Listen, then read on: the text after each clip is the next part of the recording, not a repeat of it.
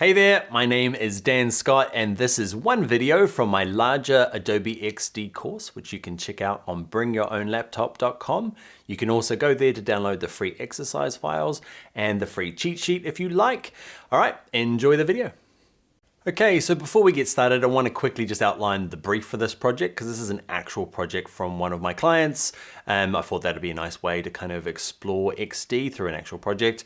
So what we had to do is kind of the UX research side of things, and we had to build out a client brief, which I'll show you here, and we had to build out the persona, okay, just like who the target audience is going to be. So let's have a little look here on the screen at both what the client sent me as an initial brief and then what we had to actually move it into so we had an actual project to work through.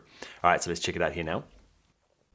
Okay, so first up, like any good creative job, you got to kind of get the brief right, especially for UX, because often the client, especially the clients I deal with, haven't really run through a lot of UX projects before. So I guess unsure what's in covered, what's not covered, those sorts of things. So a brief is always essential for any project, right? So I figured I'd show you the one that we got. So this is the brief we got from the client. So basically it was pretty thin. They've got a website, bringyourownlaptop.com, and they've built this kind of back end for it for their trainers to use, and they want to kind of just release it to other trainers to start using, to potentially use it as a product. Okay, so they want a website, they want an app, they very kind of basic. So what I did is I had a little look through their details, okay, through their analytics for their website. I know a bit about them because I've dealt with them before, but basically, I went through the kind of UX research project, working out who the competitors were, what the product does, its USPs, who the potential users would be, okay, and built out a brief. So this is the thing that I emailed them, okay, and basically just covers the basics of most briefs, okay. Let's just quickly run through it. If you're not interested, you can just skip on and we'll start making XD stuff. But in this case, okay, project name, description, okay, just kind of, basically that's what they've said. Just kind of outlining the description. Who's it for is quite important. Okay, so we built a persona. I'll show you that in a second, what the persona actually looks like. But this is what we agreed with the client, who the potential persona is. Now, the big thing with personas is that you can guess and you can have a best guess, but you need to revise potentially who your persona might be, because you might go, yeah, it's definitely this person, but you need to allow wiggle room and better spelling and grammar. Okay, so we've built out who we think the client is for. We built out a features list, okay, just to make sure that we know what's actually going into the wireframes at the beginning, what the important parts are. Okay, we leave out things like a footer or other features that are kind of just normal there. The contact us page needs to be there, all of that stuff. So this is the kind of unique stuff for this project. Competitors and product inspiration, this just helps us know and the client know that we're aligned in terms of this is the kind of thing we're building, okay? Deliverables, this is super important. So we go through two parts. There's wireframing and then there's high fidelity. Basically, high fidelity means, wireframes are really simple. High fidelity has all the fonts and colors and images. So we build wireframes purely just for client approval. Okay, I don't go out and test wireframes. We'll talk about that later on. Then we build a high fidelity prototype, and then we go out to some user testing. Based on the user testing, we'll do a usability report, and that can be big or small. Basically just feeds back what you found out in your user testing. Then once that's all finished and we've tidied up any of the problems with the user testing, we'll grab all of the UI assets for the developers. And that just means giving them images and code and icons and symbols so they can build either the app or the website. So that's where our job's gonna finish. Okay, so I always have a not included just in case the client, just to kind of make sure the boundaries are set nice and clear. So they've asked us to prototype the back end, okay, which is the kind of instructor side of this website. There is also a student side of it, which they've already got developed. So they don't want us to redesign that. So I'm just making sure it's clear. They told me that it's clear. We're not covering that because they expect to use their kind of current systems. It's the instructor side that we're going to be testing. Costs, okay, so this is what I charge for this job. Jobs vary. Often they kind of start at about $2.5 grand US and get up to about 10 grand for larger projects. This one here, basically I work out what my day rate is, and it's roughly about $800. And then I kind of work out how many days I need to work with something like a timeline. Add in a bit of a buffer, and then give them an hourly rate after that. So that if they do start asking for stuff that's not covered in the deliverables, you can say, sure, I can do that, but it's going to probably take me another half day. And then they know your hourly rate, so they know that it's going to cost X, Y, and Z. And I find that's a good way from stopping the job to creep out. So job creep happens with every job. They go, oh, can you quickly just add this extra little thing? And you're kind of, oh yeah, you add it, and you'll decide later on if you bill them for it or not. And then the job overruns, and you either surprise them with a giant bill, or you just suck in those costs, which suck. So I make sure that at the beginning I give them a set cost, because that's what everyone wants. Nobody wants an hourly rate, but give them an hourly rate as well, so that when you're chatting and they're like, oh, hey, can you also do this? And you're like, sure, it's going to probably take me 3 hours. They know what your hourly rate is, and you can add it to your bill, and everyone's clear right from the beginning.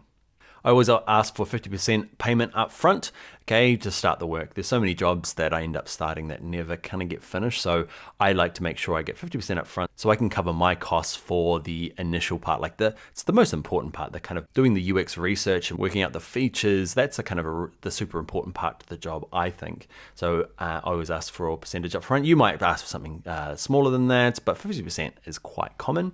And then 50% on completion.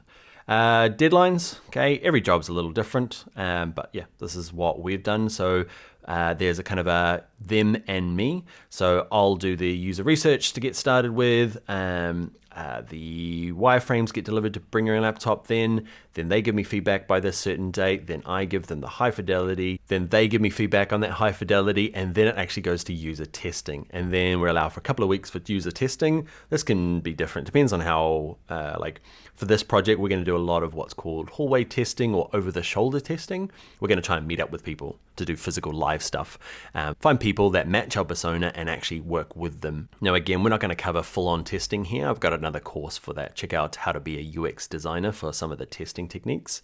But yeah, we're going to do over-the-shoulder stuff.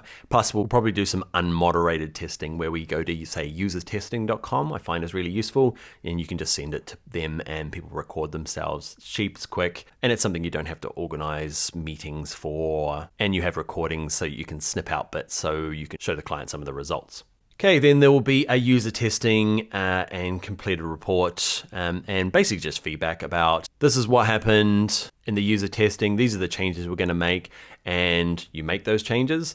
And once the final changes have been done, we'll hand over the assets to the developer to get built.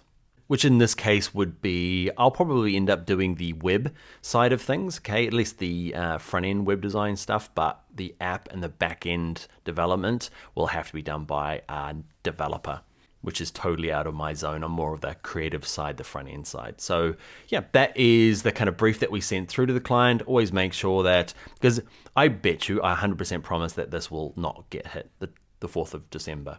Mainly because of the feedback. Okay, so your client will see this date and say they'll do it, but things will just turn up late. It'll just be 1 or 2 days late, and I just make sure as soon as it is a couple of days late, I revise the next timeline, okay, so that they know that it's them that pushed it out. So when it is like 2 months overdue, it's not because of me, it's because of their poor feedback, okay? So be really kind of rigid at the beginning, saying that, yep, it needs to be here by this date, and as soon as they're late, add that to the time and just kind of push that out, because this is going to look long if it pushes over to the next year, because it is going to add like another couple of weeks in the middle over Christmas.